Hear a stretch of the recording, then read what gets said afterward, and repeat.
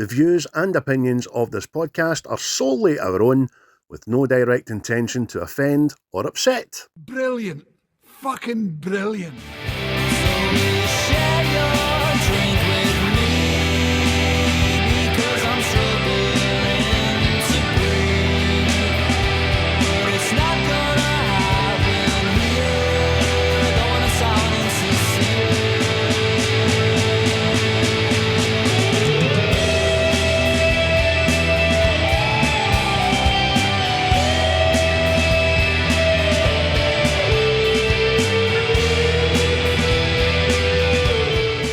Well, hello, good morning, afternoon, and good night to everybody. It depends where you are in the world, especially you, Thailand. It might be bedtime for you, but before you go to the land of Nod, just give us a wee listen. Just give us a wee listen.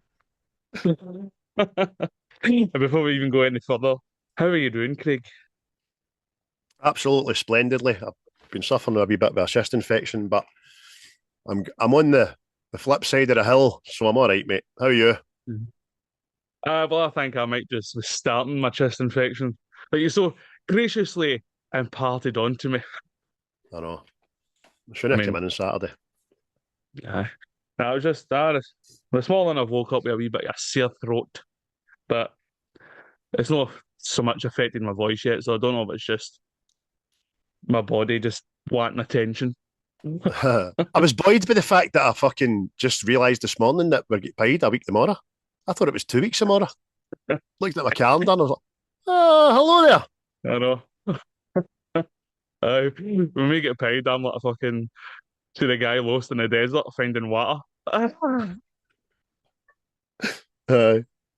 Walking through my bank card with a bank with no name. Aye, dirty bastards. Bye. Oh, here, look. Again. Show us your t-shirt. Hello? Hey! That wasn't even rehearsed, people. I'm not going to tell you in the audibles what it is. You need to go and watch the YouTube to find out what it is. Aye, you need to come and geese your eyeballs. But, aye.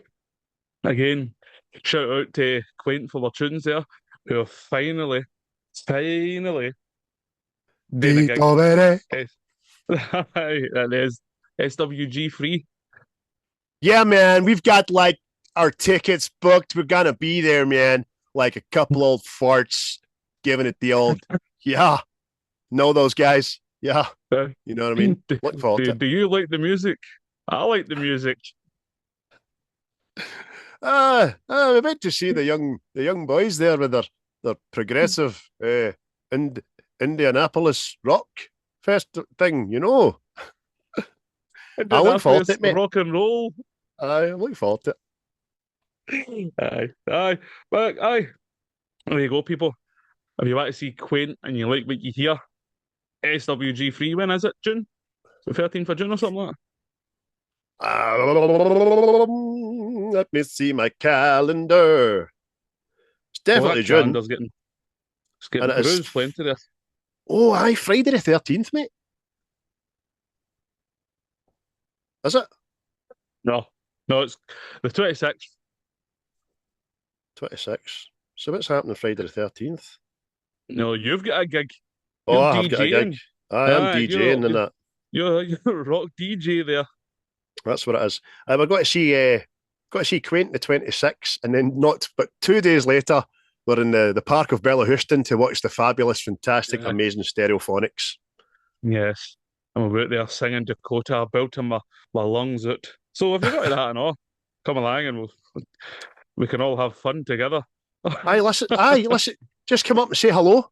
We're no the celebrities that would fucking shun you or make you feel small and all that. We're quite willing to pose for selfies, sign autographs, have kiss newborn babies and all that kind of shit. Just come up and say hi. Get your horn shook and then just a bottle of antibacterial right after it. Like, fucking... I don't know what can be done with this. Aye. But there you go. They're quaint there. Cheers for the tunage there. Obviously, native origins coming. It's coming. But it's up to Tim when he's ready and set, ready to rock and roll again. But a lot of rock and roll has been mentioned. There's a lot of rock and roll being mentioned. And with regards to native, we'll just say it in association with native and when it happens, we'll tell you, right? So we'll do. Aye. Like, shout out to the Silent boys. They're doing good work. Yeah, they'll give them a listen.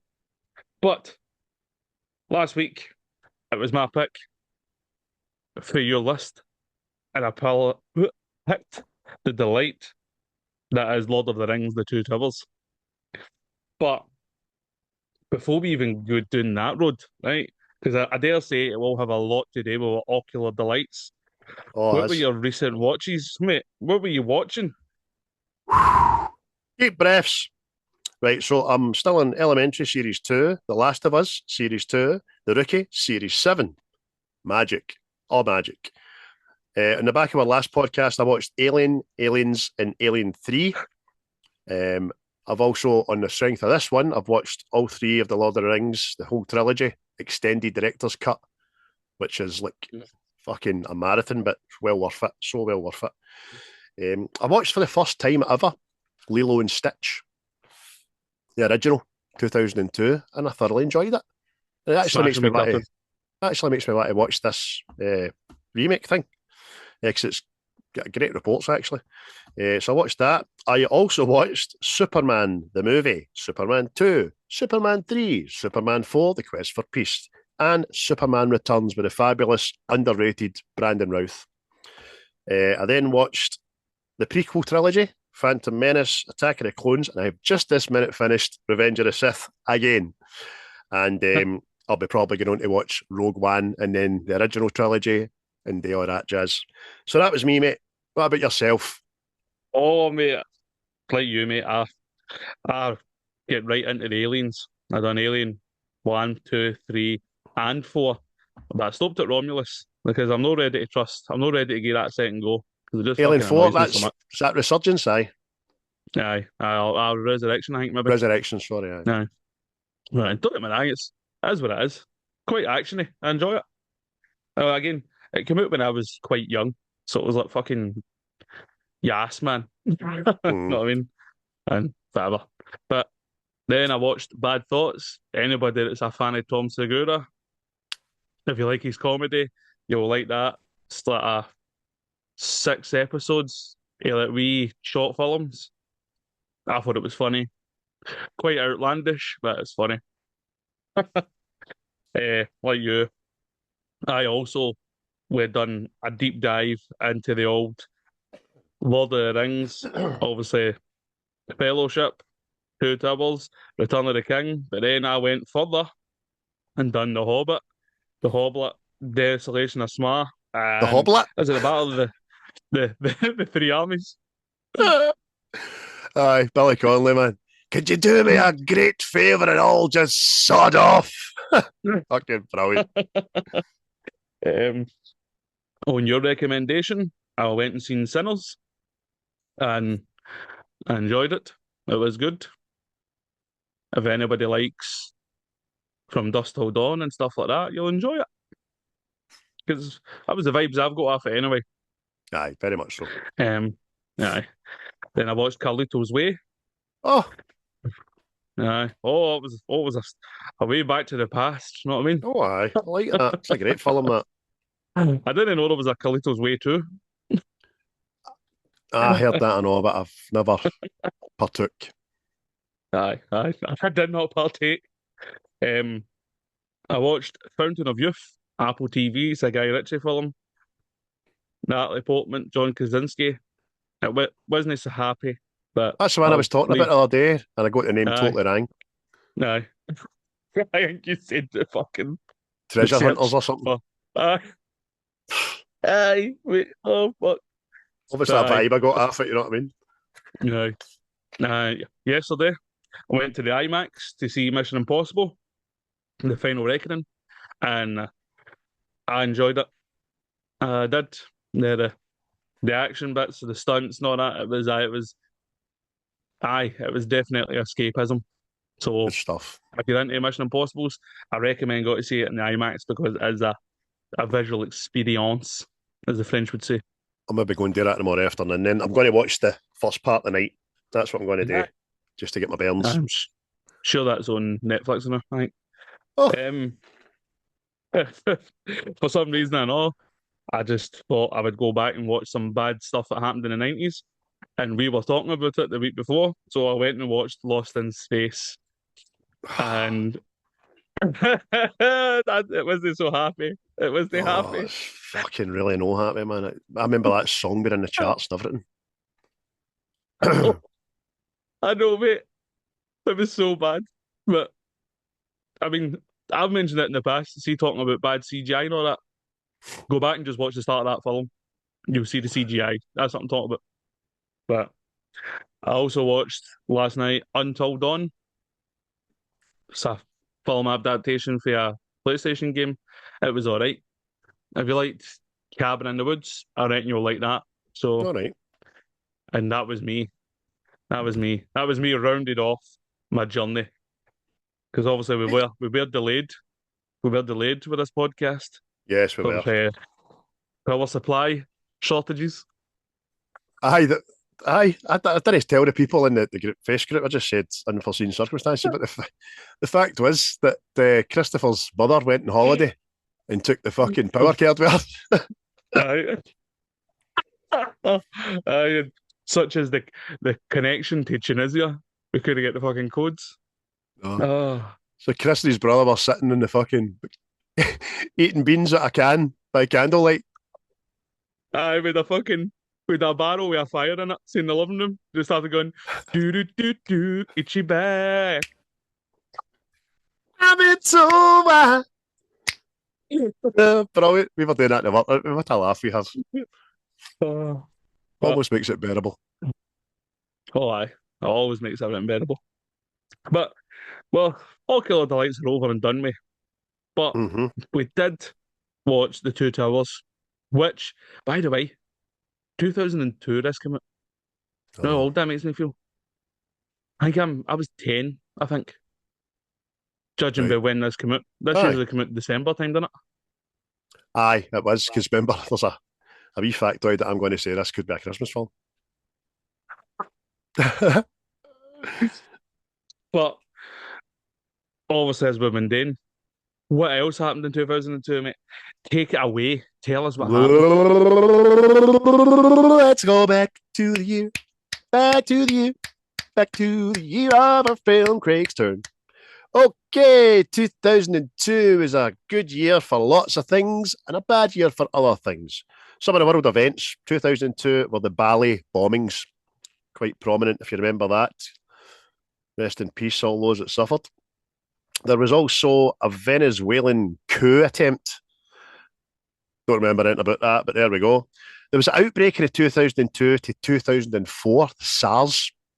That was a big world health scare at the time. But it was that big, it lasted 2 years, but it didn't affect the rest of the world, which was fucking amazing. That, you know what I mean? They had to wait another 20 years for that to affect us.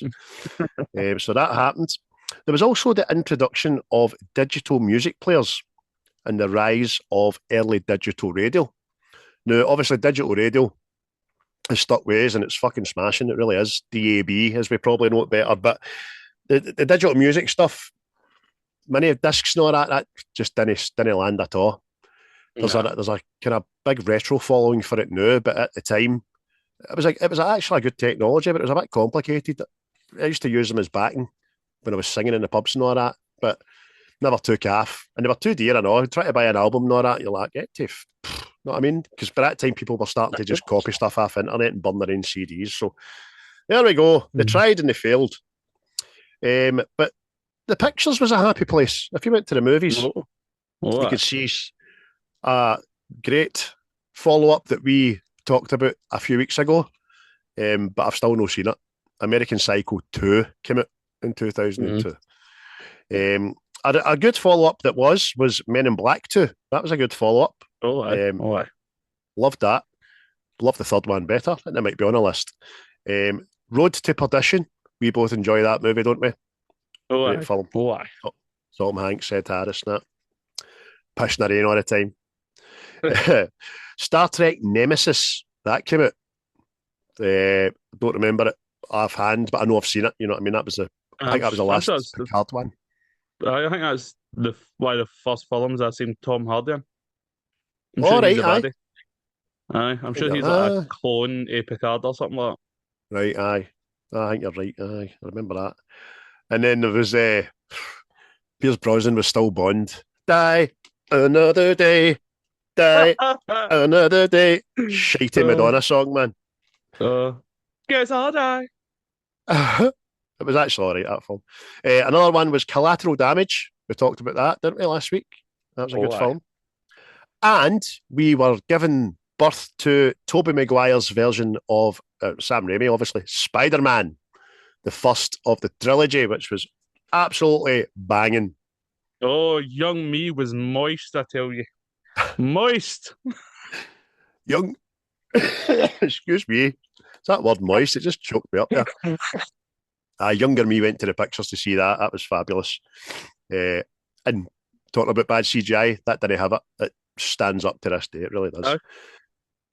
Tunes wise, we were in the HMV and the Virgin and all that jazz, buying such fabulous CD singles as Without Me by Eminem, Complicated by Avril Lavigne, Hot in Here by Nelly, Like I Love You by Justin Timberlake, Work It by Missy Elliott, and Star Guitar. Who sang that, mate? Chemical Brothers. Si, senor. Si, senor. Is there singing in that? Nah, no, but it's a single, a CD single. I never said anything about singing. I did say, actually, I just said who sang that, didn't I? Fucking. And we had some tragic demises in 2002 as well. The ever funny midget that was Dudley Moore. He drank himself to death. He left us. Richard Harris, he died. I thought he died sooner towards this time than that, but there you go, 2002. That's why they had to get, was it Michael Gambon into the Dumbledore? Dumbledore, that's right. Mess with wee people's brains, that. Big poofy wizard, man. Why do we need to know that? Dumbledore's gay, fucking, who cares? Still no love scene in any Harry Potter films, you know what I mean? James Coburn, Rockford Files and such like, he left us. Good actor, him. Jamesy. Liked him. Brilliant wee tune, that Rockford Files. But the Queen Mother died in 2002. She was a right good soul. I don't care if you're a royalist or no royalist, you hate the royal family, you like her, doesn't matter. She was just a right good old duck, you know what I mean? She liked her gin, liked a wee fag, didn't give a monkey's fuck. Yeah. Do you know what I mean? In fact, she probably kept the house in check, you know what I mean? Up to her demise.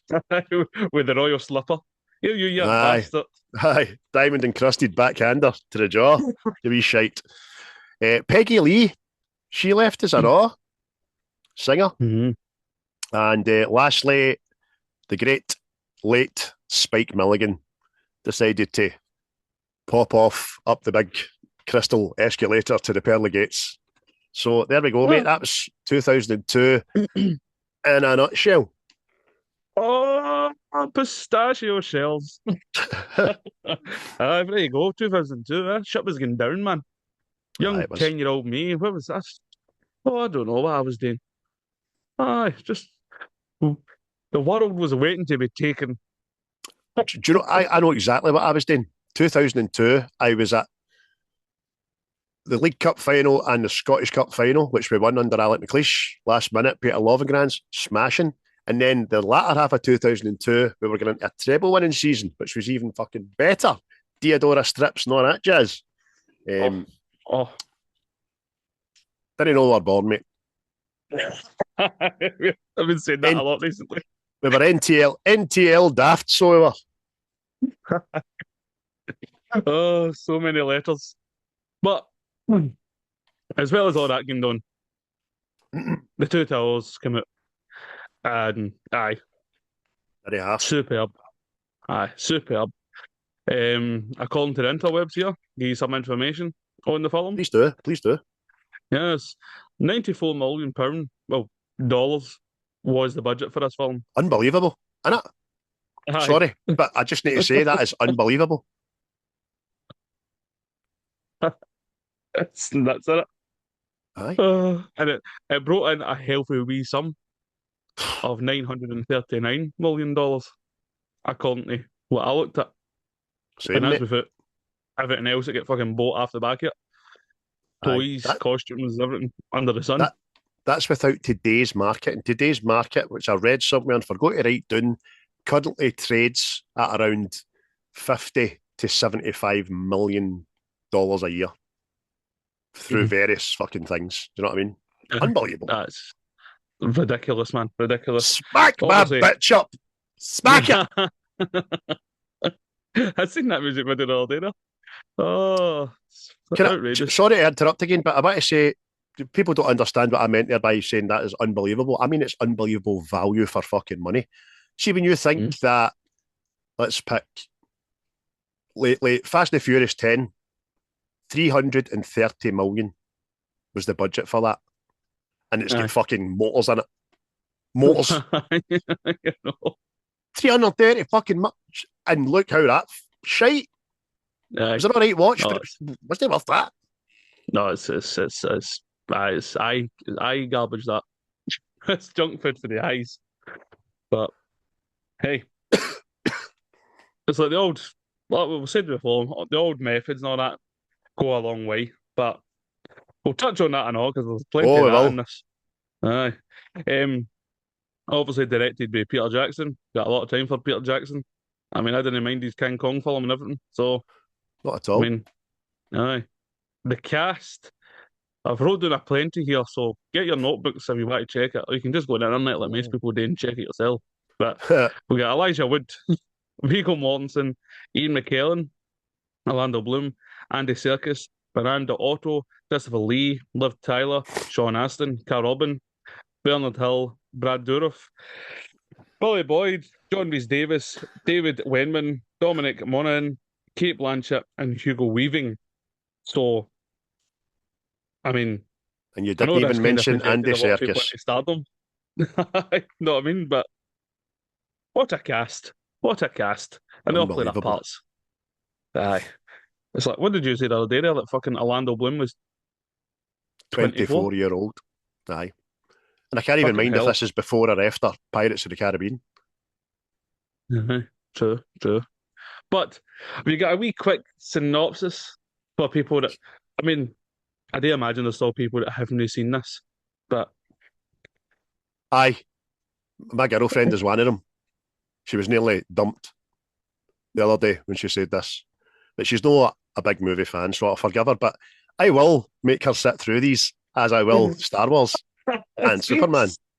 Strapped to the chair like fucking Clockwork Orange with eyes wide open. Aye, gaffer taped to the fucking sofa. So the synopsis of this film is basically Frodo and Sam arrive in Mordor with the help of Gollum. A number of new allies join their former companions to defend Isengard as Saruman launches an onslaught from his domain. A very, very nutshell. But that's kind of the nutshell follow-up to The Fellowship, which we've covered before. It's currently It's currently scored on IMDb at 8.8 out of 10. Rotten Tomatoes, a much more healthy 95% overall. So there we go. The running time for this film, the theatrical release, is 1 minute shy of 3 hours. But if, like us, you enjoy the director's cut, you're kind of, what is it, like 3 hours 50 or something like that? Yeah, I know enough 4 hours. Enough 4 hours. You need to change it half time. Oh, there's so much extras, but there's no there you go like that. I can see why they've cut it.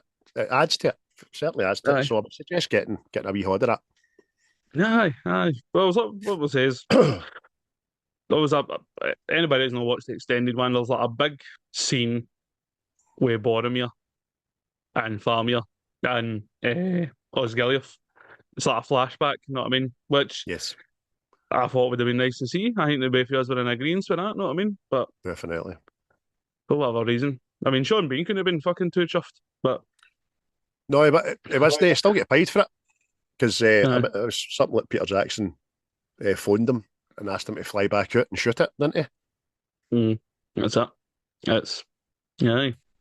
But may as well get this out of the way. There was a few injuries on set, and you can actually watch one of these in the movie when your Aye. man Viggo Mortensen kicks a helmet, he breaks his toe and lets out a scream in agony, and it's that's no acting, that's just raw pain. But he wasn't Aye. alone in getting injured. Apparently, Orlando Bloom, he broke a couple of ribs, and one of the Gimli body doubles dislocated a knee. I think Mm-hmm. also falling from a horse. So blood, sweat, and tears in that. Telling you. It was quite funny. I watched an interview with Orlando Bloom about it. He says, I was the first person on set to get an injury, which I didn't realise. He says, I didn't realise it was to be a proud achievement. There was actually people jealous that they weren't injured first. You know what I mean? It showed him coming off the horse, that holding his side. It was Gimli was on the horse with him, wasn't it? And he fell off, and Aye, Gimli fell and tapped him, broke his ribs. aye, aye. Mental, man. No, it's but like we already mentioned, I know the old methods, miniatures and special effects and all that in this, superb. You know what Second I to mean? none. Aye, it's like I say, apparently one of the people involved with the miniatures was set to work in 1997, getting these miniatures built and just taking pictures for every different angle to put into these films. And it's fucking just mental. Aye. It's just mental. And that's so they could do the panning shots and all that kind of stuff and stitch it Yep. all together. It's fabulous, fantastic. I found some photographs the other day and I sent you them, didn't I? And it was Yeah. the people like making the miniatures and in the miniatures and all that. And you're like, ah, Yeah. Jesus Christ, man, look at Rohan and look at Helm's Deep and all that. And then you told me the other day and I found it, the IS Sauron, the tower. Yeah. Fucking. That's what I mean. It's like, because, like, let's see, obviously I was 10 at the time. Aye. I was like, fucking hell, man. Imagine them building that. There he's there, look at me, Chris. Christopher Lee in the boat, mate. I just watching you like that. You cheeky bastard. But it is, mate, because it's like, it's no CGI. I know. No, I mean, it's very, it's there physically. So it's like fucking, it just adds to it. No, I mean, because that's just could have been well, I know you're just after saying you watched the prequels, Star Wars. Some of them were just CGI vomit. No, I mean, just everything was CGI. And Attack of the Clones is the most CGI heavy out of a lot of them. There's some good stuff in yeah, it, don't get me wrong, there really is, but there's some overbearing pish and all. But you're blinded to Star Wars like I am, then you like it anyway. It doesn't really matter. But yeah, I know what you mean. George Lucas went after doing the originals with so much like this, like animatronics and model building and all that kind of stuff. To go full CGI was a bit. You know what I mean? yeah. Because like everything's like you've got all the armor, all the weapons, and all that. And we'll talk about that as well, won't we? How it's all just personalized and all the detail and the intricacy it goes into everything. Just fucking like it's like see what compare it. See what Mission Impossible the other day. Uh-huh. See just the effort that was put into making the film. It pays off, and this pays off. Mm-hmm. You know what I mean? Like the fucking the orcs and all that. Like everything is just there's care and effort and detail being put into everything. Aye. And it just makes the film better. I mean, obviously, if you're big fans like me and Chris, guys, you'll have watched hundreds, maybe and thousands of clips and behind the scenes stuff and all that of this. And there's I think it was during COVID, a great Zoom meeting with all the cast in it. And they're all talking and reenacting stuff and laughing. And that comes through in this film that everybody was like a family on it. They must have been, they spent so much time together, obviously.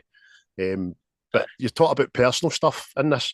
Viggo Mortensen was so impressed with the horse his character rode that he actually purchased him from the owners. The horse was shipped back to New Zealand for the additional shots that were filmed in 2002. So he bought it after the first movie, brought it back for the Two Towers. There you are. That's it. That's it.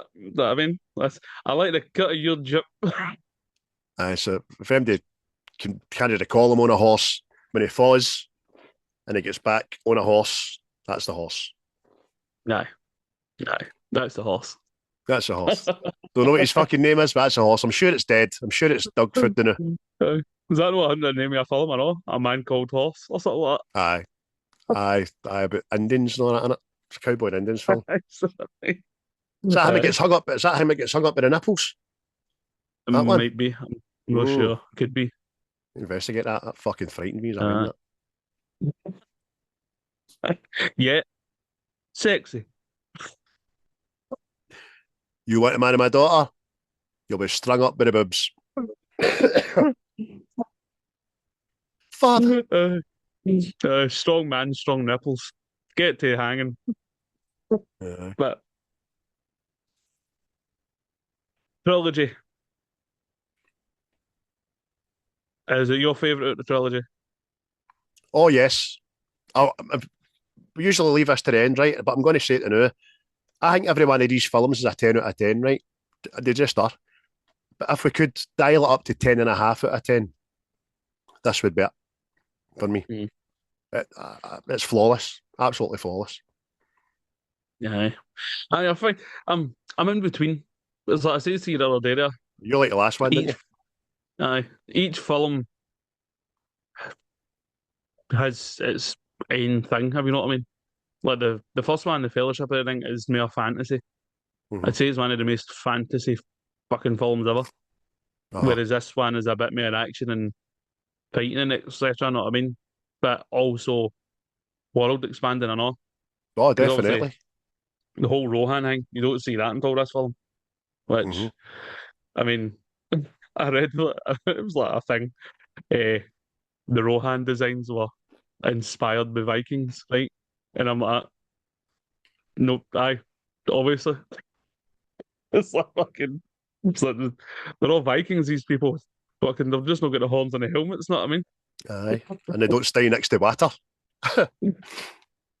That's amazing. That's a great. It's absolutely. A lot of films in a trilogy.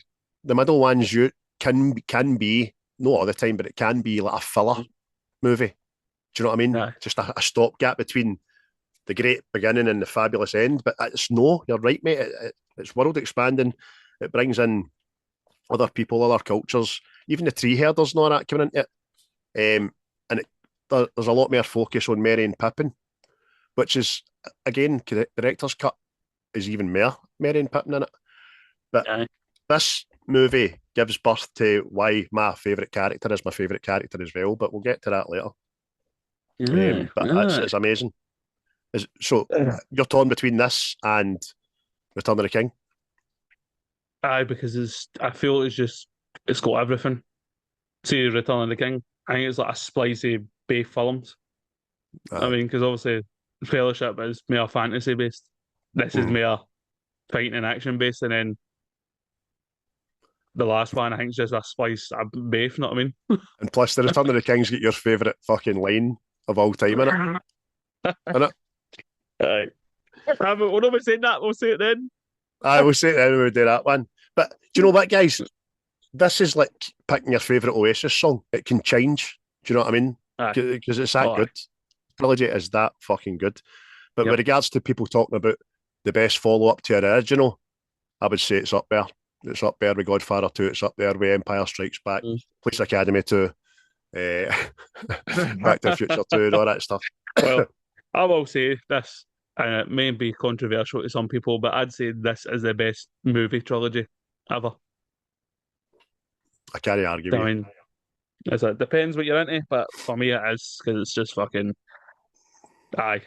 it's amazing. And again, you got to remember the age I was, I know, 10-year-old and all that, and you're watching all this shit. That was amazing. Talk about escapism and immersion into worlds that fucking unreal. This was it, man.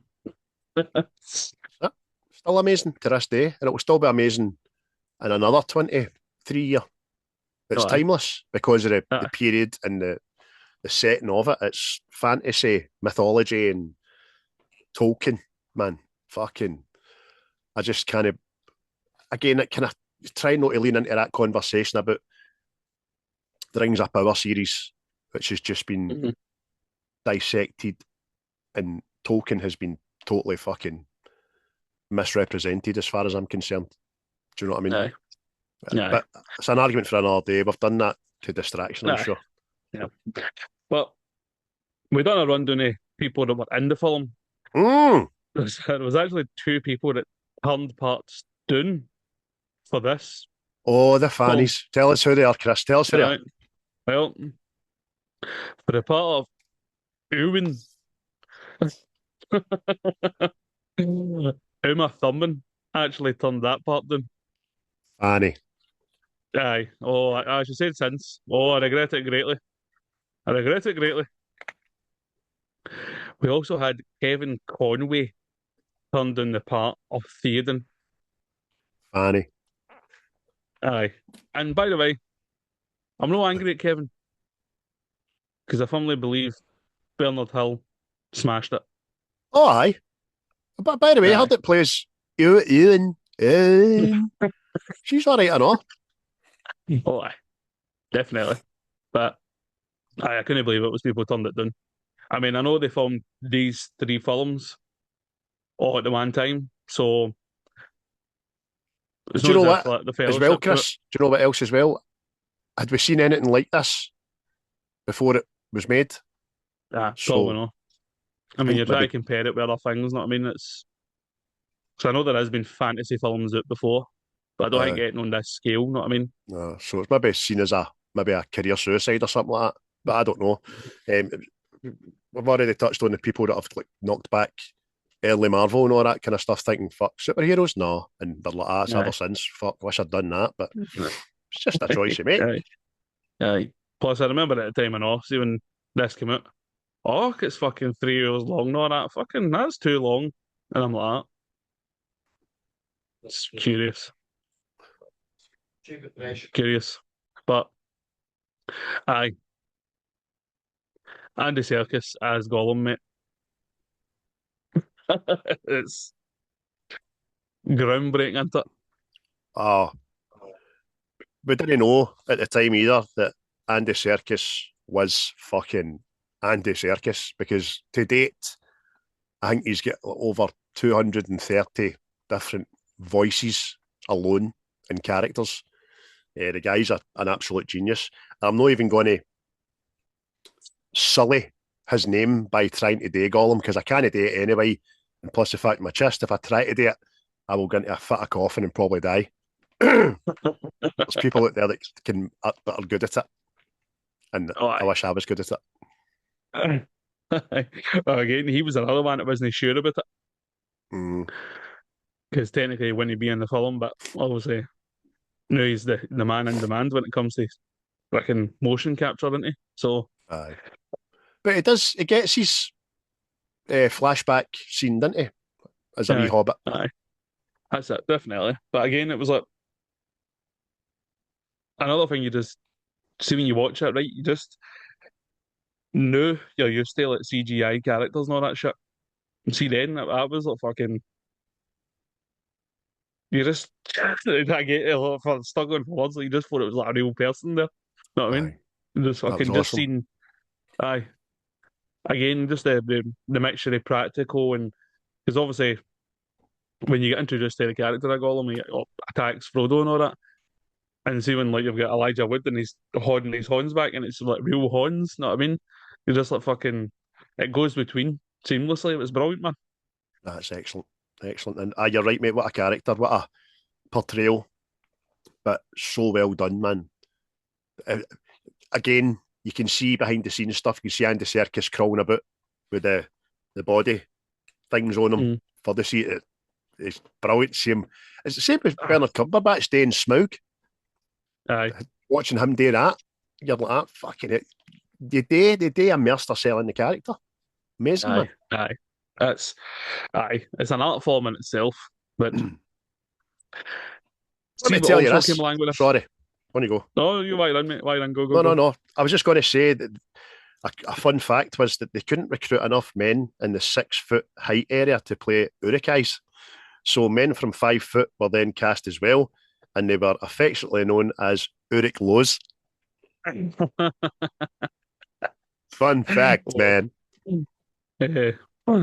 As well as this film, mate, you also got the PlayStation 2 game that Oh, me and the young brother spent many a day toiling away.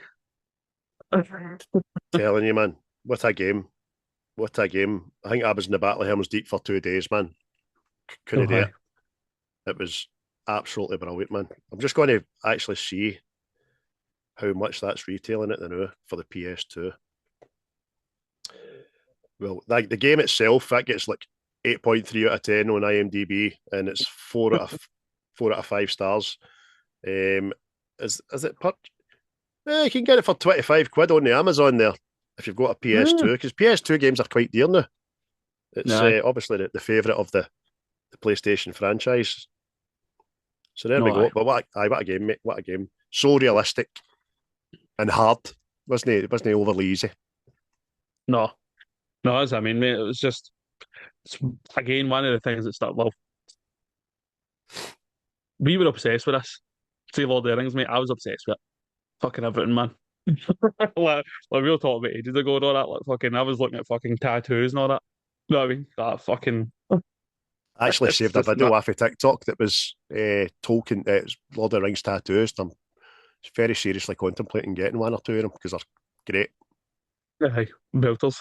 But it was just, I was like everything, mate. Do I know how fucking obsessed I was with this? I got How the obsessed with you, Lord of this, the Rings. Chris? Well, I'll tell you how obsessed with this I was.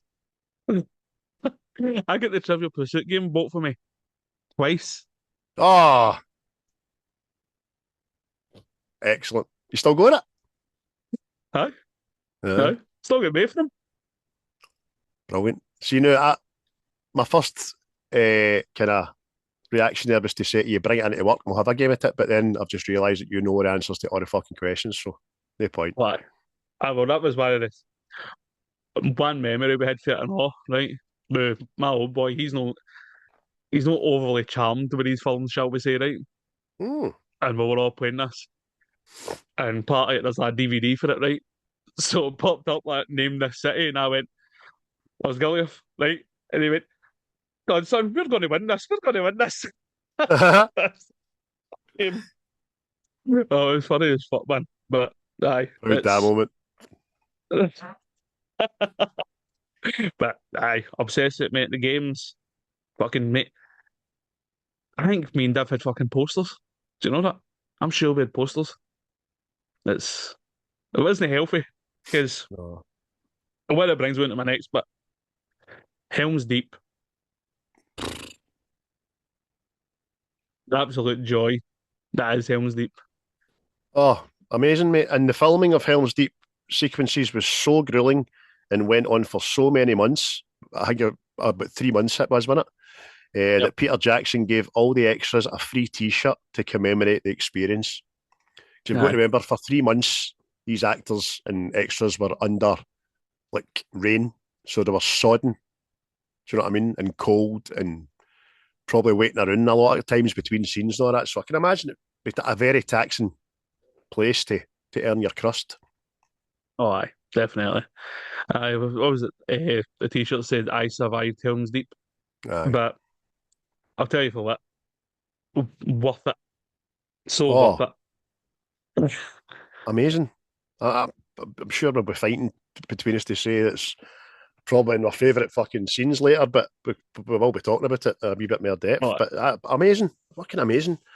One of the one of the things you didn't know you needed until you aye, seen it. You're like, what the?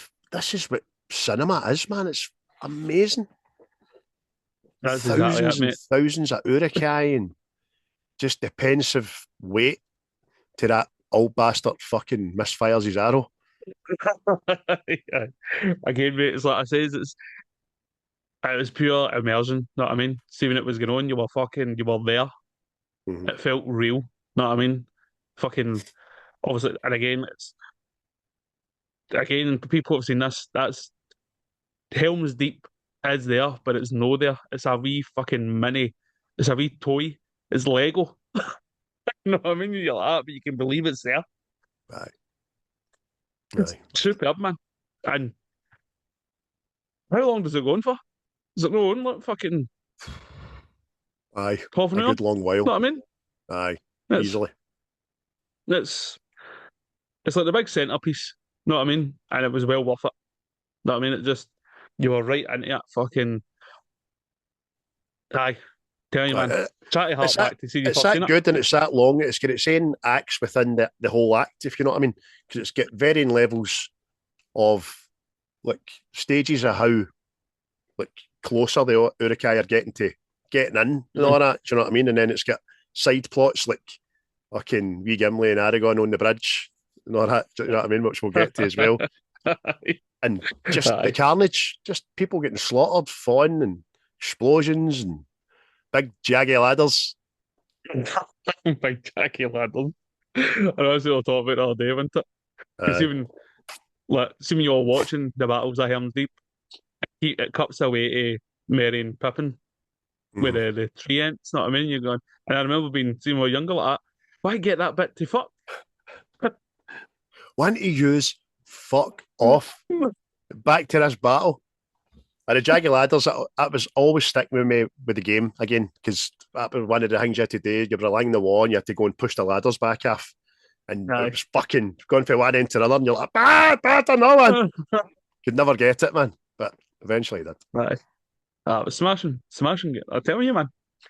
Oh, didn't know we were fucking bomb. Oh. So you were talking there about the Sean Bean cutscene.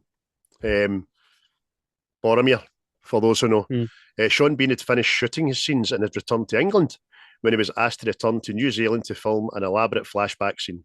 Unfortunately, this scene didn't make it into the theatrical cut of the movie, although it is included in the extended edition. And if, like Chris said earlier, if there was one thing that was cut that you think would have added even more to this, it would have been that scene. Aye. Aye. Because you get a lot more of the obviously their da, how much of a bastard it was, and shows you the obsession with Faramir a bit more, know what I mean? Explains that a bit more than Aye. rather than him just appearing like a fucknut, know what I mean? But And also the way it's Boromir tries to stick up for his wee brother, know what I mean? aye, It's aye, heartening. It's like, Dad, all he wants is your love. He's a aye. fucking idiot. he's, he's a dirty use of that bastard. Not as good as you, my big boy, my big special boy. Mwah! Daddy's boy. But if there's one thing in this film, right, that I find very fucking ridiculous, and I did at the time and all when I was 10, it's when they're travelling to Helm's Deep, right? And the wogs attack, right?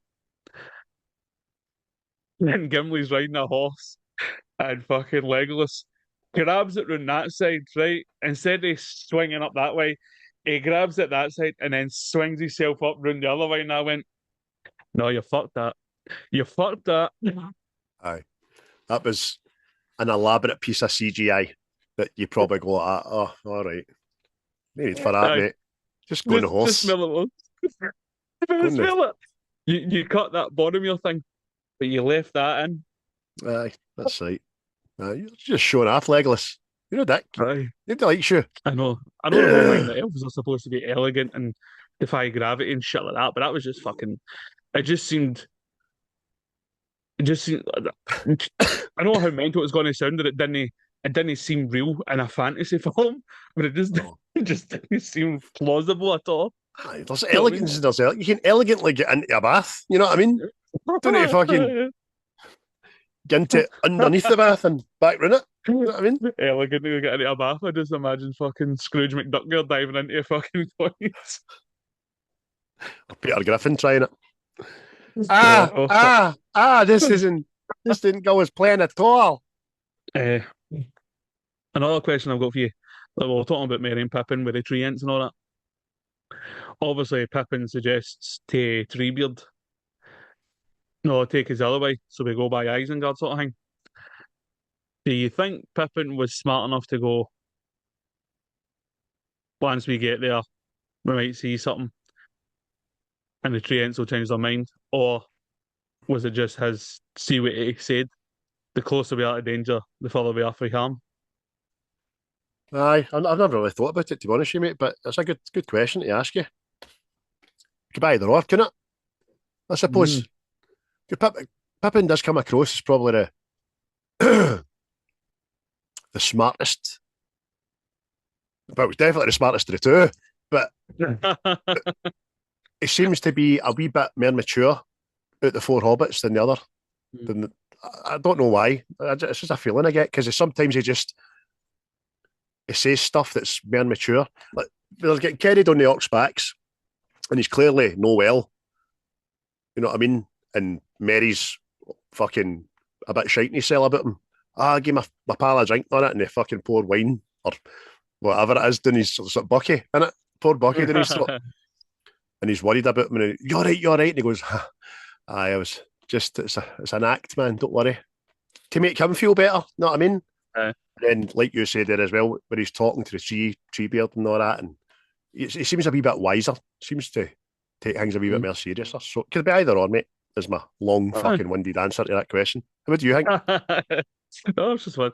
No, I'm just curious because I was always like kind of sat with me like, aye, no, change direction, we'll head that way. But I don't know if it's just his way of thinking like, aye, well, if we get so close to the bad guys, we'll be safe and no be in danger. But at the same time, did he take the tree that way to manipulate them into a reaction? Know what I mean? It's just, Aye. I just thought it was a decent question, no? No, that's a decent question because you're right. Because well, we'll go this way so you can see your trees getting fucking burnt and all that, and then you'll change your bastard Aye. tune, your big bastard. Aye, I get it. Yeah, You know what big I mean? bastard. Another nice thing that I found out about this film is between 200 to 300 horses were used in the filming of this trilogy, and no horses were harmed. There you go. Grand You National go to one Finland. Grand National, aye, that's it. It's almost as if making horses jump out 12-foot fucking bushes isn't a good idea. No, I know. I don't know why they don't change that fucking stupid thing. But, You talk about the Battle of Helm's Deep as well. The Battle of Helm's Deep was edited down from 20 hours of footage, shot over. Oh, there you go. Shot over a 4 month period. Actually, done it an injustice there. 4 month period with the rain machine battering down on the cast for 4 months. yeah. Or a summer in Glasgow. Aye. How do you know it's summer in Glasgow? The rain's a wee bit warmer. That's it. Although touch Harry Wood, we've had a good few weeks of nice weather, and I believe it's coming back on Friday. Mm. For how long I don't know, but let's all make the most of it. Let's all get up on roofs and out in gardens and get the fucking tits out and that. Oh, get a tits it. Aye. I was just talking about guys there, get tits out. But hairy man boob. Or moob, as we call it around these parts. aye. Better moves. Do you know, you're talking about Andy Serkis, mate, and how good he is at Gollum, but it wasn't as effortless as we might think. Andy Serkis drank bottles and bottles of what he called Gollum juice, and that was a mixture of honey, lemon, and ginger to keep his throat lubricated for his intense vocal performances. So there you go. Because I can imagine that would be kind of coarse on you, wouldn't it? Oh, 100%. Fuck's sake. Well, you're not going to attempt it because you're going to go into a coffin fit and into a coma and all that, know what I mean? It's fucking. But I remember again at the time doing it when we were younger, fucking trying to copy it and all that. Even copying the cough. It's fucking. Oh, I know. I think I can say fat hobbits is like it, but I'm not even going to attempt it, man. I'll do that another day. Or you can watch it on our Patreon, but we've not got. What I give a tenner a month for our Patreon? Oh, it's coming. Swear to God. Christ, fucking do well to get a couple of hours to do this, man. Never mind put extra content on. Christ. I know. Or we could start sitting and record ourselves at our work, mate. That's quite funny. But seeing this film and all, you actually seen Merry Frodo getting manipulated by the ring, didn't you? You see his character change. Aye. Do you know what I like about it, mate? You're right. Sam tells him so as well. Sam doesn't shirk it. He doesn't fucking no address the elephant in the room. He tells him he's been a prick.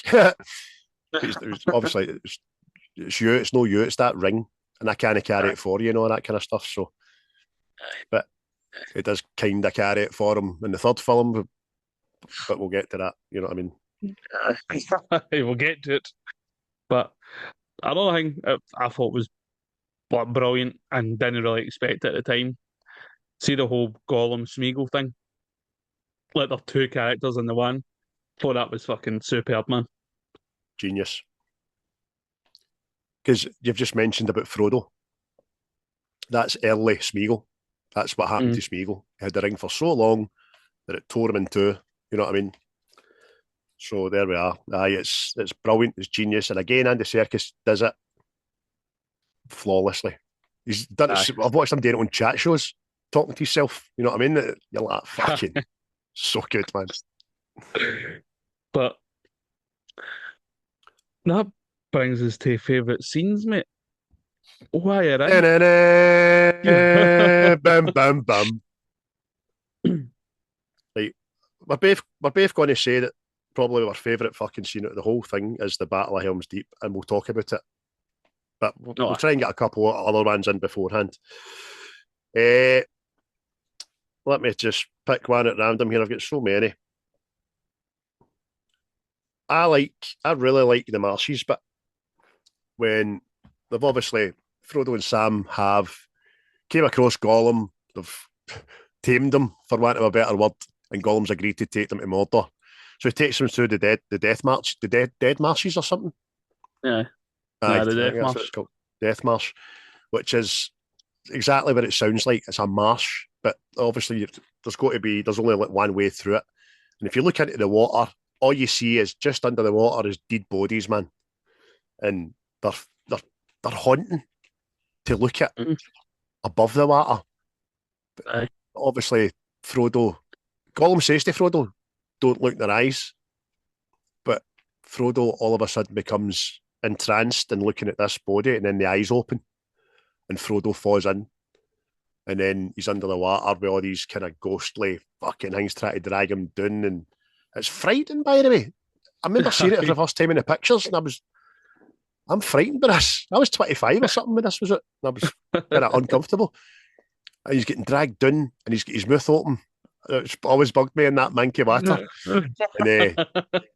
And Smeagol saves him. Smeagol puts his hand in. It's no Sam. It's Smeagol that does it and pulls him out. And that's a moment of realisation as well that I think Sam's taken aback by it. Obviously, Frodo's fucking glad of it, but Sam's kind of, maybe he is trying to help us a wee bit. So Sam kind of traps his guard. Because the two of them don't realise that Smeagol is two people at that stage, but it's a wee champion moment for Smeagol, but the whole scene I think is great. One I'll say is Gandalf freeing King Theoden's mind.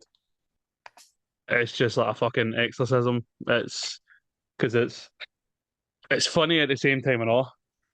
Because obviously Gandalf walks in and he's talking, and at the whole time there's Wormtongue's bad guys are getting set about with fucking Aragorn and Legolas and all that. So in the background you just see two cunts getting lamped and all that.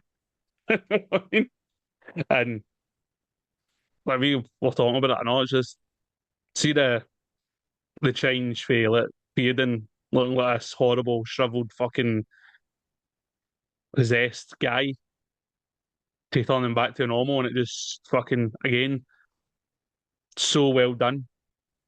But in comparison to some CGI stuff you see now, and you're going, how the fuck can you achieve that then? And what you're doing now, it's nuts. Mate, it's fucking the whole thing is so good. The change is amazing. We watched it all day together, and just the white hair regresses up, and the beard regresses up, and it goes back to colour, and the glaze goes away from his eyes, and he realises he's back in the room. You know what I mean? You're right. It's like an exorcism because Gandalf isn't fucking fighting with King Theoden. He's fighting with Saruman. Saruman's in him. Fucking Theoden's out to lunch. You know what I mean? See when he starts laughing at. See when he starts laughing at him. You've got no power here, Gandalf of Grey. Get up, yay! And then he just takes his grey coat off. Oh, he's been using Daz.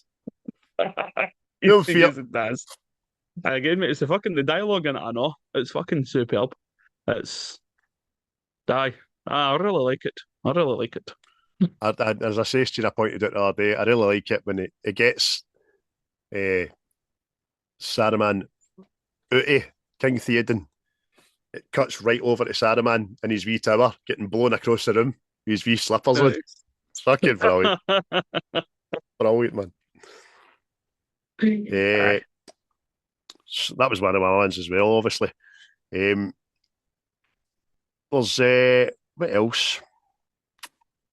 When Faramir and that capture Frodo and Sam, and then they wake them up, and they do they find Smeagol down in the pool, getting the fish and all that.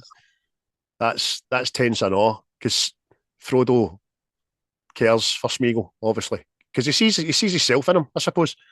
But Faramir uses that kind of love against Frodo to get Smeagol up there, because they want the ring. They want to take. He's trying to take the ring back to Gondor. Look, Daddy, that's what you wanted. Your brother, my big brother, could have done it for you. I done it for you. That's all. He doesn't care that the ring's a fucking curse. He doesn't care the ring's going to bring the world of men to an end. He just wants his dad's love. Do you know what I mean? But Smeagol's kind of Frodo's betrayal and Smeagol's voice, man, is fucking horrible. Master tricked us. Master betrayed us. It's fucking. I feel pure heart sorry for him. Do you know what I mean? Do you know? Aye. I always think it's like you got to remember, I know, like he's been kept alive with unnatural power and all that, and it's always been the bad thing, and then opens himself up again to trusting people again, being Smeagol again, and then gets done dirty. Know what I mean? You're like that. But again, that whole thing, it's Smeagol greeting. And then it's Gollum comforting them. Aye. Oh, what's the matter? Aye, told you so. Should listen to me. Do you know what I mean? Because it's Smeagol that's betrayed. It's no Gollum that's betrayed. It's Smeagol. Master tricked us. How could you? Aye. And then Gollum's getting a Hoddy's mind again by, see, I can tell you not to trust him. Stupid fat hobbits, he's not it. Aye, always a bad bastard. Heartbreaking, man. That's sticking with Gollum, mate. One of my favourite ones, I know, was Smeagol telling Gollum to go away. You know what I mean? Again, just obviously switching the camera angles. Like the two of them are two people arguing with each other. It's fucking brilliant, man. Brilliant. Again, because you were like that. Oh, there's two people in that fucking mind. And then it's like the ring has implanted like another person inside Smeagol. You know what I mean? It was weird, man. You're like, fuck's sake. Aye. But also funny, I know. But you've got to wonder, I can't remember, right? You've started reading the book. I'm going to do it as well, mate. I promise I'm going to do it. I don't know how long the ring was in Smeagol's possession, because Bilbo only had it for, was it 80 years? And he hadn't made that full transition. He was turned by it, but he was still Bilbo. Do you know what I mean? Apart from that one wee face. It's a kind of Gollum face. But it's just Smeagol must have had the ring for like centuries, I'm thinking. Aye, definitely. That's again, mate, it was good. Obviously seeing it, know what I mean? You're just thinking this wee creature, fucking blah blah blah, and then it was a bit more complex, know what I mean? I just thought, oh, I enjoy that immensely. Here's another one. Oh, well, a lot of them are central during fucking Helm's Deep, but see the whole Aragorn and Gimli. I mean, I've got this question on all right. See that side door? They go, what's that door for? That's for the messages. That's for the home delivery for the Asda and that. You know what I mean? I know. Because it doesn't go anywhere, does it? No, it's just a door at the side of a wall. No. So maybe it was an older door that had a bridge to it or something. I don't fucking know. But hey, it worked. It was maybe they the guy designing that castle fucking says, we'll put a door there. Why? You never know. Just put a wee door there. Aye. That'll come in. That telling you, one day that'll come in handy. For years, mate. His family has been kicked for pillar to post. There's McDonald's fucking offspring. Know what I mean? Look, your dad built a door anywhere, you useless bastard. And then in the battle of Helm's Deep, he's like, you know, fuck all about castle. You know, fuck off at random doors, you cunt. Right, here we go. Here's my answer to our question about 5 minutes ago. Smeagol, later known as Gollum, possessed the One Ring for approximately 478 years. He found the ring in 2463 and lost it to Bilbo Baggins in 2941. There you go. 478 years. No wonder he was pissed off when he lost it. He's one possession and he lost it. You'd be fucking raging. That's the way people act with phones. Oh, I know. That's it. He only had a ring and a loincloth. Poor Smeagol. Right. It's constantly watching it. But passionate. Aye. Shating it. But Aragorn and Gimli at the side though. Mate, it was like a wee comedic reprieve for a fucking aye, chaos, let's talk about it. I mean? Let's talk about it. But the Hell's Deep, mate, that's just one bit of it. Aye. It's just, like I say, there's so much of my favourite scenes are all fucking surrounded by that. You know what I mean? Because it's, like you say, there's segments of the battle, and it's amazing, man. And that's just one of them. Because there's like fucking. Just say one of the comedy reliefs. The other comedy relief again is Gimli and Legolas counting, keeping score of how many orcs they've killed.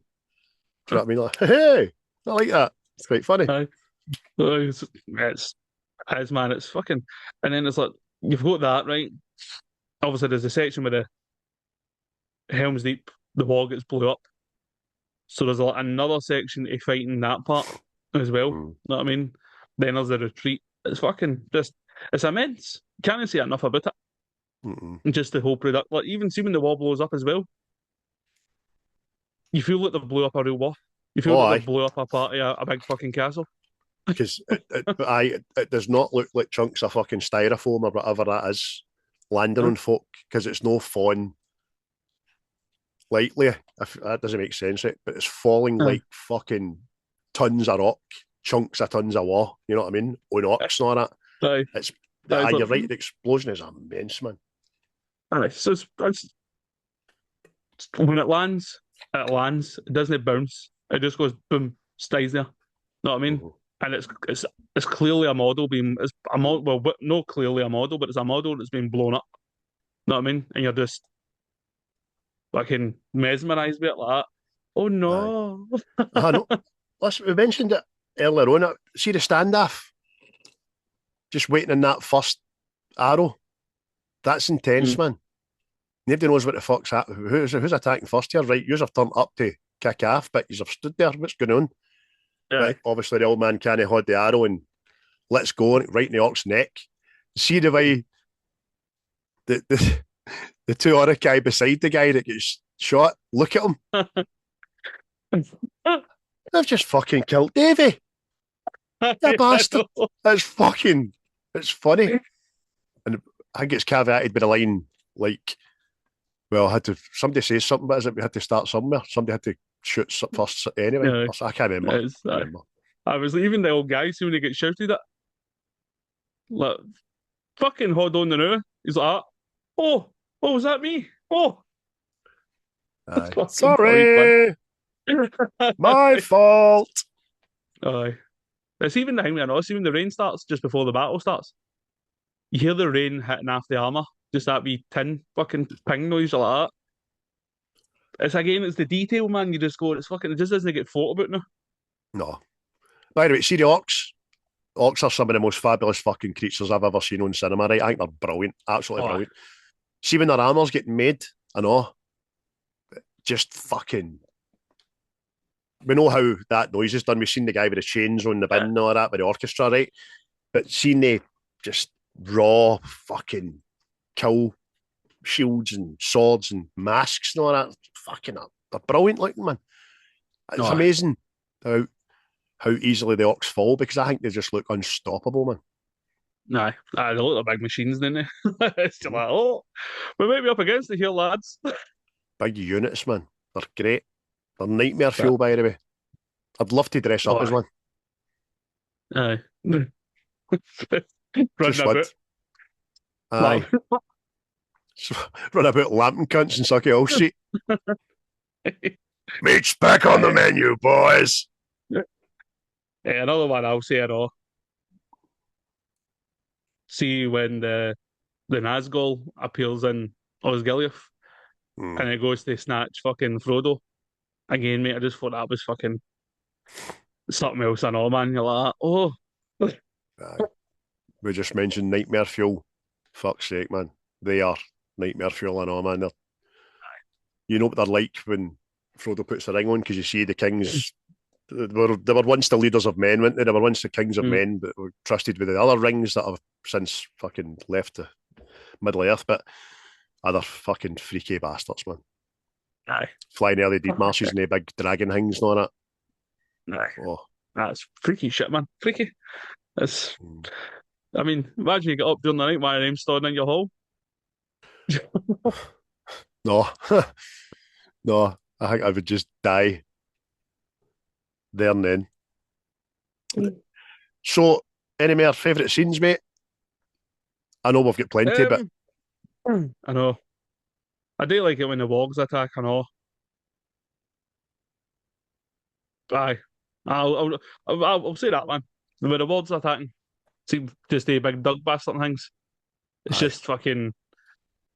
Is that another thing added on that you just didn't know that you needed? Oh, aye. By the way, see the big dog kings, they're better than the Hobbit. They're actually fucking even better than the Hobbit, man, when you see them. But see, did you have any preconception of the story of this before you watched the trilogy? So how did you feel when Aragorn fell? What did you think? I was gutted. Aye. Because like you, I was the same. I had no preconception of the ultimate ending to this story. I'd watched the animated late 70s movie. I don't remember anything other than hobbits and orcs. I really don't remember any other. I don't remember Legolas or Aragorn or Gimli or fucking anything like that. Do you know what I mean? No. So I was kind of. It was much like the fucking did, is he? See when Gandalf went in the first one, I was like, I don't know. What fucking hold on to know? But again, it was like the whole thing. It was like there's consequences to this shit. Know what I mean? Wasn't it a Disney film? Can see another thing as well that Disney doesn't really get a nod to. It is quite fucking brutal. Mm-hmm. It's quite brutal. The way people are dying here. Aye, fuck's sake, man. Saruman, go forth, leave none alive. Know what I mean? Yeah. Fucking Order 66. There the back, yeah. Villages getting burnt. And then if you watch the extended version, there's a lot of limbs getting hacked off. And the part of Helm's Deep, know what I mean? He's getting chopped off, X, Y, Z. There's a lot of decapitations, but worse than that is the legs and the arms getting lamped off, man. They're fucking smashing. That's what I'm talking about. It's like, it doesn't get that nod to the brutality, you know what I mean? Because, like, see, watching it, I don't ever remember it gotten. Know what it was like as well? See, when I watched Braveheart for the first time in a long time, like, you were seeing bits and I going, I don't remember that being that fucking brutal. Aye. It was Braveheart and Saving Private Ryan were the first two films that I remember to incorporate camera splash. Blood on the camera lens, you know what I mean? Fuck's sake. That's made it even more fucking real to me. Clever, genius. Again, sorry to hark back, but Attack of the Clones, there is see the amount of limbs and things. See the Geonosians, when Anakin goes into Geonosis, half them in two and all that, slice them in half every fucking 1 second. Yet you watch Disney Plus now, and it's just that lightsabers are only slashing you. Pish. You know what I mean? Oh, come on. Let's get arms and legs off here. Fuck's sake. They cut through anything. They cut through fucking blasters. You know what I mean? Aye. And but and I'll say one where I high about Helm's Deep. See Gandalf showing up at the end, and all the riders are Rohan running down the hill, mate. I know it sounds fucking cheesy, mate, but it was pure inspirational. Yes, Yes. that is because the battle looks lost to Mm. that point. But Gandalf, as good as his word, and as we know, a wizard is never late. He arrives exactly when he should. That's great. I just see them swathed in the hill, man. Because it says to Aragorn like, earlier, like on the third night, look to the light or something like that. Mm-hmm. When Aragorn's like, "Fuck you, gun." How? The third day, just you look to the light. Fuck's that mean? What light? Talk about it. That's what he was talking about. And it's that also gives weight to your question to me the other day about do you think Gandalf sees the future or a possible future? Because he's predicted that fucking 3 days ago that he's going to ride down that hill with the Rohirrians or what is it? Aye, the same in it. Or the elves, whatever it is. So aye, it's brilliant. Gandalf is super wise. You see what I was thinking about? I know. It's a Jedi trait. Aye, in regards to that, you know when Gandalf says to King Theoden, ride out and meet him head on. I wonder if like Gandalf planted that in Aragorn's seed. Aye. Because when he goes, ride out with me. Know what I mean? And it was like, have you inspired that to happen, you cunt? Aye. You just get that guy malted, Did you? So you just manipulating things for the side there, you cunt. But I think if we're looking at it that way, I think he is making the tough decisions to get the ultimate ending that we get. Things have got to happen in sequence. People have got to die. Sacrifices have to be made and all that, unfortunately. So, I get it. I think you're right, mate. Theoden, I like you, but you're getting malted. Because it's even seeing the third film as well. Because he says to Aragorn, I know we'd fucking get into different films here, but he goes like that, ride the black ships for the west or something. You're going like that. How do you know about them, you cheeky bastard? Aye. So, but as well as favourite scenes, there's usually lines that go with these scenes. Certainly is. Use your lines, bro. They're taking the hobbits to Isengard. One line which just took off. It actually made it into songs and everything. And it was something that Legolas revisited when he was filming The Hobbit. Made that on scene, taking the hobbits to Isengard, to Isengard, to Isengard. If you don't know what I'm talking about, look it up on YouTube. It's funny as hell. But at the time, I didn't realise it would be so big as it was being. Let me see. Gandalf. One of my favourite lines is when he talks to, was it Worm? Thingy? Yeah. Can't remember his name. Wormo or whatever, that wee bastard. Be silent. Keep your forked tongue behind your teeth. I did not pass through fire and death to badly crooked words with a witless worm. Fucking ass. Get the fuck out my road, you wee dick. Smash you. One reminds me, Gimli, Helm's Deep. I cannot jump the distance. Go have to toss me. What? Don't tell the elf. No, tell Bird. Aye. Brilliant, innit? Absolutely brilliant. Because I've got it as well, and it's caveated just before that by saying, oh, come on, we can take him. It's a long way. Brilliant, man. Aye, I'm going to say something, I'll save it to after we've done these. That's a brilliant line, mate. Any other ones? I think mate, it's Gimli for me, mate. A lot of them are fucking Gimli, which is funny enough. Aye. We dwarves are natural sprinters. Very dangerous over a short distance. It's fucking great. Fucking brilliant, man. Yeah. We were talking about the Gandalf line, and what he actually says, as I got it wrong, he says, look to my coming on the first light of the 5th day at dawn look to the east. So there we go. Aye. The big monologue for King Theoden, I thought was fucking smashing. Says before obviously Doom's coming, and it's where is the horse and the rider? Where is the horn that was blown? They have passed like rain on the mountain, like wind in the meadow. The days have gone down in the west, behind the hills, into shadow. And you're just like, I don't know what that means, but it's fucking epic, man. Aye, mate. He's great in this. What an actor. Oh, God rest you, son, because he's no long parted ways with Earth in real life. What a great actor. And you're right, didn't really understand it, but I felt absolutely there and inspired by it. I'm there with you, mate. I'm gone with you. aye, that's it. A back-to-back draft. Hugo, we're all gone. Aye, brilliant.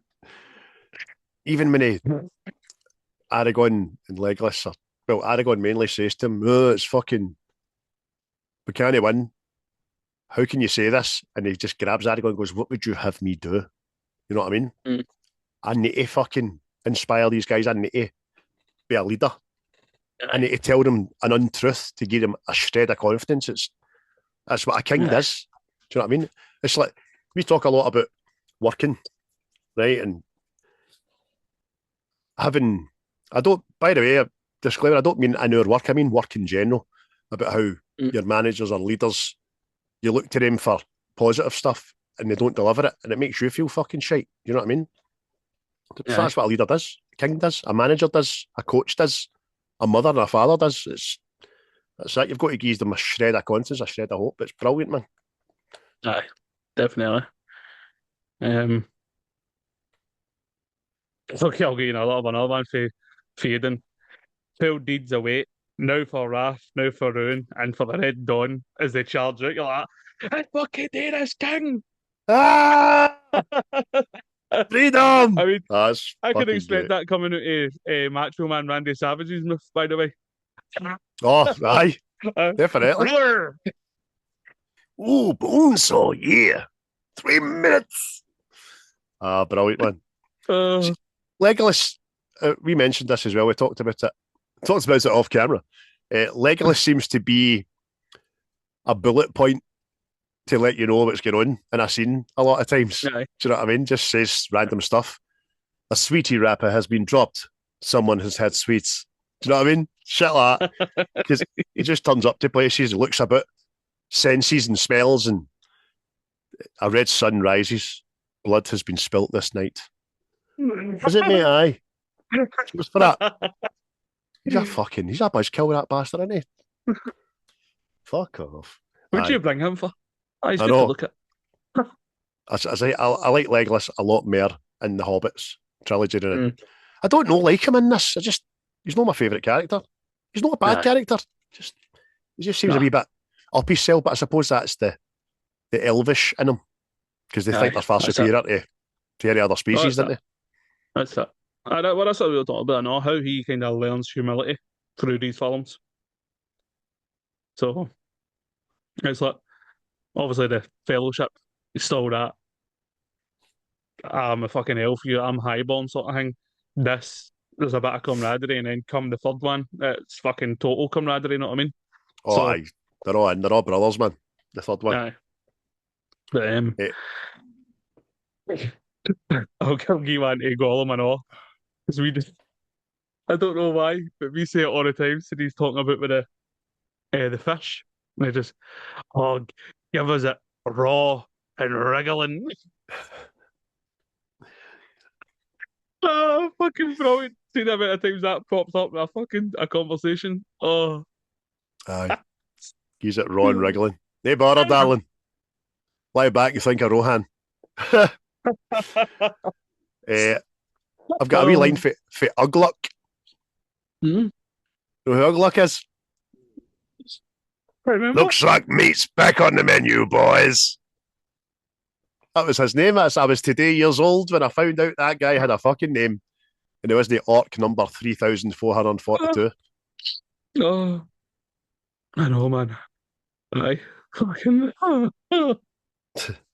Yeah. Why can't we have some meat? Aye, that that could have been one of our favourite scenes, and it was riddled with favourite lines in it as well. But in it, Aye, it's fucking what so about their good, man. legs? They don't need their legs. They look fresh. Brilliant. Second of it, it pure sounds like a construction fucking site. We ain't had nothing but maggoty bread for 3 stinking days. Aye, fucking. I know. See if you put in the background of that fucking pneumatic drills and clinks and clangs of cranes and all that, very spent out of place, man. Middle of Brixton. Fucking hell, man. Fucking brilliant, man. The master wants him Oh. unspoiled. Oh. Gollum as well says, we wants it, we needs it, must have the precious. They stole it from us, sneaky little hobbitses, wicked, tricksy false. Aye. So he's just sitting, talking to himself at night time, man. Brilliant. That's it. Fucking Legolas and Gimli at Helm's Deep. Oh, what's going on? Shall I describe it to you? Oh, will I get you a box? As you laugh, man, it's fucking brilliant. I like you big prick. Oh, because in the fellowship, I took that as a fighting words, you know what I mean? But Aye, second know what I mean? one, Aye. aye. I like how you went right to fighting Irish. Didn't you? Put him up, say. Ah, brilliant, man. Another one for Theoden, mate, that I love. The horn of the Helm hammer hand will sound in the deep one last time. Yes, fucking will, mate. Blow the bastard. Aye, oh, definitely, man. Samwise Gamgee. Potatoes. Boil them, mash them, stick them in a stew. I know it almost morphed into the fucking bird's eye potato waffles advert there. Bake them, meat them, fry them, butter me with bird's eye potato waffles, waffly versatile. Ganges. Oh, fucking hell, man. Wee Gimli. This new Gandalf is more grumpy than the old one. Okay. Oh. And then I'm sure you've got the other Gimli man. Didn't he, mate? Did you know, no? Oh, no. Give me your name, Horse Master, and I shall give you mine. Which is caveated. I keep saying that caveat word. I like that word. Beforehand, by Big Karl Urban saying, I would relieve you of your head if you stood but a little taller. You know what I mean? Like, you cheeky bastard. It's a bit sizist, isn't it? My last one that you've already mentioned, but I think it's just brilliant and all. You have no power here, Gandalf the Grey. It's fucking. It's, again, you can see his voice. I know his voice is quite creepy at that, but Oh, you know what I mean? It's brilliant. aye, but I mean, as lines as far as I'm concerned. Aye, there is so many that I purposefully stopped myself from writing down. Do you know what I mean? It's littered with dialogue, it's littered with scenes and acting and fucking just it's the best film, man. It is such the best film. Let me ask you, right? Because I'm dying to tell you mine. I want to see what yours is. Who's your favourite character? No, over the trilogy in this film. Well, for me, it's Aragorn, but see, at the same time, I know I like Theoden.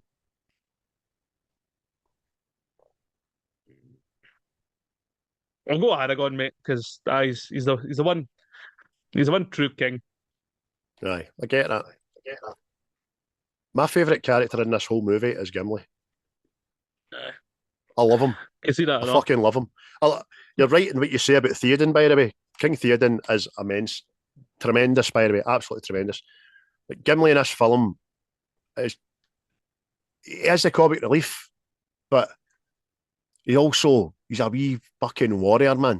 Do you know what I mean? He just I can't explain it. I just think he's great in this. He's much more noticeable than he is in the first one. Yeah, he's not just part of a trio. He's fucking. I don't know. I just think he's great in it. His dialogue's fucking tremendous. Aye. And then when they're running near the mountains and all that, at the start of the film, trying to catch up with Merry and Pippin and the Orcs.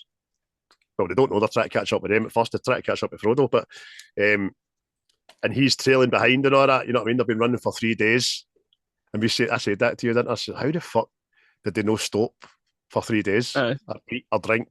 Do you know what I mean? And then I found out what age Aragorn was. Aye. I didn't know this. That's what it says, isn't it? That's well, I didn't know much about that either, but it turns out that Aragorn could probably live to be like fucking 800 and all that, know what I mean? And it was like, oh, that could explain the stamina. So, because see when Eowyn talks to him about it, aye. that's a delighted scene in it. Yep. Aye. Because she talks to him about it, and he says to her, says, "What age would you have me?" Which is no, it's no Glaswegian as it sounds. Like, what age would you shag me? Doesn't mean that. It means what age would you think? What age do you think I am? And she says something like maybe 40 odds or something. I think she says, or late 30. I can't remember. But he says, I'm 87. What the fuck? And then I had to do the Google thing and read up on it. But she explains it. She went, oh, so you're part of the something clan or race. And he says, and she says, we heard tales about them, but I've never actually met one. They'll have extraordinary long life. And he does say that. He says there's very few of us left now. So he's blessed with, or cursed with, long life, but not a mortal life like his beloved. Do you know what I mean? Who live. Yep. Mad Eowyn's going to fertilise their eggs for him. Nay. But see another thing as well, mate. See the landscape shots and all that in this film. New Zealand, just forget about it. Again, it feels. It's another thing in these trilogies, mate, that doesn't get enough credit and all. It feels like different places. Let's see, slower fucking slower planet in it, no, slower planet. That is Middle Earth, man. That's it. It just feels like a different landscape for like shires and all that shit. It just feels like there's that you're in a fucking real world. You know what I mean? It's brilliant. See, I think it's quite funny, right? If I had to pick one hole in the whole trilogy, it's the map. It just looks like a map that Wayne has drew. Rohan, Minas Tirith, Isengard, Mordor. There's no bits in between it. It's just wee jaggy mountains. Do you know what I mean? But I think I had that poster of the map. In its entirety, it looks fucking smashing. But when you see Faramir, for instance, and he's doing stuff with the map, you're like, it's just mental. It's just, I don't know. It's not like the fucking maps we have today, but it's funny. Nah. But plus, again, for what we've said about this film, right, that is possibly my favourite. It's the least nominated of the film trilogies. Is it? Yep.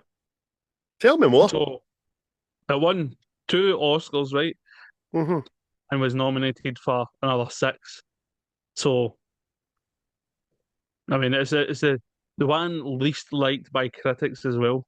So, again, I don't know for why, but each to their own on that jazz, I suppose, but doesn't make them right. But I won the Oscar for best visual and sound effects, didn't it? Aye. There's nothing spoke about to see the music in this, the sounds and all that in it. It's fantastic. Aye, mate. Listen, I've been doing this way back in my Arnold Clark days. Fucking when I was sitting across from Robert Rennick, who was my pal in the work at the time, and we used to just sit and go dun dun dun dun dun dun when the fucking management came in and all that. You know what I mean? I think we've talked about it in other films about how the music lets you know exactly where you are, what's happening, and who's in it. Because especially in the first film, the Shire music is heavy. In this one, it's the Uruk-hai music. I think it's the heaviest, and it's It just, you're right, mate. It just lends to the movie. It just gives the scene even So- more gravitas. It's Aye. brilliant. It's much like Star Wars. Mhm. See, the tunes are just as soon as you hear them, you go, like, see if I'm even like, watching the films and all that, and I'll hear a specific part of the music for this film, I'll automatically know the scene. Aye, aye, That's 100%. like, oh, 100%. it's Another film I think does it really well. Again, John Williams is Indiana Jones. aye. You can set the scene by the tone of the music in there as well. And you're right, Star Wars, and obviously this. Who done this music for? Oh, should I wrote it, didn't he? I'm sure I did, Ooh. but I've obviously deleted it. But they didn't get enough credit anyway, put it that way. Well, I suppose they did because they did get the nod, but Oh, it was Howard Shore. it's aye. I knew it was fucking something like that. I was going to say Shire, but I went, that's me just thinking about this Shire. And by the way, hands up, I've never heard of Howard Shore in my life. That's the first Mm. I've looked into that. But Mr. Shore, if you're still with us, fucking congratulations. Good Kudos job, to mate. you, sir. Have a cookie. The music is so good in this film that I've listened to it on Spotify. People may go, what? You're fucking weirdo. I don't give a fuck. I do. Aye. I've done a half a shift before listening to greatest movie soundtracks.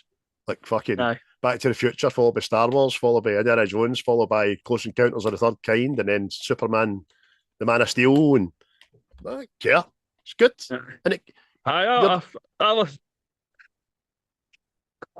listen to Time the Machine, yeah. Urukai tune. Aye. I listen to the Urukai song while I'm doing a Hodgson masturbating. Just Oh, man, they've walked in you. What are you doing? just going, Give me your name, Horsemaster, and I shall give you mine. Oh, a new power is rising. oh no. Da-da-da. So, brilliant, mate. Anything else you want to say about yon film? No. I think that's me done. And you've already gave it 10, and I'm there with you. The three of these are a 10. So the scoring is a bit redundant, shall we say. Aye. But we did do the fellowship, didn't we? So Yes. no doubt at some point, ladies and gentlemen, the third instalment of this trilogy will be getting reviewed, whether you fucking like it or not. I will love it. I'll just get a special shout out to the 518 group members of the Facebook group page. Thank you for sticking with us and interacting with us. And the YouTube has had a wee bump as well. 349, I think, was the last I looked at that, which is one away from the 350, which is smashing. Just wish they'd fucking comment more and like more. Do you know what I mean? It's good to have you on board, but it'd be nice of you to watch it as well. So thank you, everybody. Do appreciate it. Aye, he's the most appreciated and liked and loved and all that. But as long as you enjoy listening to it, we'll keep doing it. But before we even go any further onwards to give a thank yous and all that again, it's movie bingo, mate. It's your pick for my list. Yeah. Let's go. Movie bingo, yeah. Right, so you picked Lord of the Rings: The Two Towers last week, which was number 28. I'm going to mirror that number, and I'm going just for shits and gigs and say number 28. And you're, oh no, what is it? Oh, it's delightful, and I've not seen it in so fucking long. I thought you were going to say Return of the King there. The way your reaction. No. There's something about Mary. Oh, yes. Oh, mate, it's fucking. I'm so excited for that. All right, we've got songs to learn here. Wee guy in his guitar. All right, brilliant. Oh, mate, I was going to do that, but I don't know if you'd have got it. After you talking about masturbating as well. Jesus. Oh, I'm delighted. I love this film. I think everybody loves this film. I've never heard anybody say a bad word about this film. Aye, I've yet to come across that person. And when I do, I will slay them like a vampire. But it's oh aye, but there you go. There's something about Mary. There's just something about Mary. Mary. Mad Wiggy. Oh, there's so many scenes just popped into my head. Brilliant. Oh, You know what I'm talking about. Oh, excellent. fucking Can't brilliant. wait, mate. That's a good pick, yeah. Oh, aye, kudos to you there. Kudos to you. That was smashing there. Strangely not in my list. Fair enough, but there we go. Aye, but there you go. Next week, people.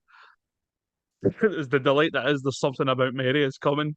So, coming being a mainstay in it. So, but Aye. if you've not seen it, I suggest you go find it and watch it first, Aye. so you can join in with the laughs, because We're there going will to be get that plenty. to you. We're going to get that to you as fast as Magdalene speed in the Hoover. Oh, right, shut up now. Fucking Stop so fucking good. spoiling it. Stop fucking getting away snippets. I know. Brilliant, mate. But again, thanks to Quint for the tunage. Shout out again to Seismic, Gail, and getting him listened to. And again, thanks for listening, liking, sharing, joining in, your recommendations and stuff like that. Because not had a bad recommendation yet, Tyler. So No, we've no. But- And obviously tune in next week, because that's what we'll be deciding at the end of the pod. Who's next Aye. up on the group chat Aye, movie making suggestions? I think he's part of it. It's all about connecting. It's not about the fucking and the leaking. Aye. So For connection, man. again, thanks again for everybody listening, tuning in, watching, and all that. He's appreciated. And I know it sounds like shite, but he's are appreciated. So cheers again, and hope you've enjoyed this. And if you've not watched Lord of the Rings, watch it. Aye. Watch it for the start. Watch it for the fellowship, right through. You'll not regret it. I can hear your throat going. Starting to go. Aye. Mine's just starting to go again, and also Aye. I will definitely just be saying thanks again. No matter what everything Chris says, you can get us on Spotify, Apple Podcasts, Amazon Music, all the good places you get your podcasts, and of course subscribe and watch us on the YouTube channel. Get a wee drink, have a wee laugh with us, because that's what it's all about. We do have factual content in there, but we like to do it in our own accent for a funny perspective. Aye. And that's a nice wee bow to finish there. So until next time, people, you enjoy yourself. Aye. Manana. You will never find a more wretched hive of scum and villainy. We must be cautious. The views and opinions of this podcast are solely our own, with no direct intention to offend or upset. Brilliant. Fucking brilliant.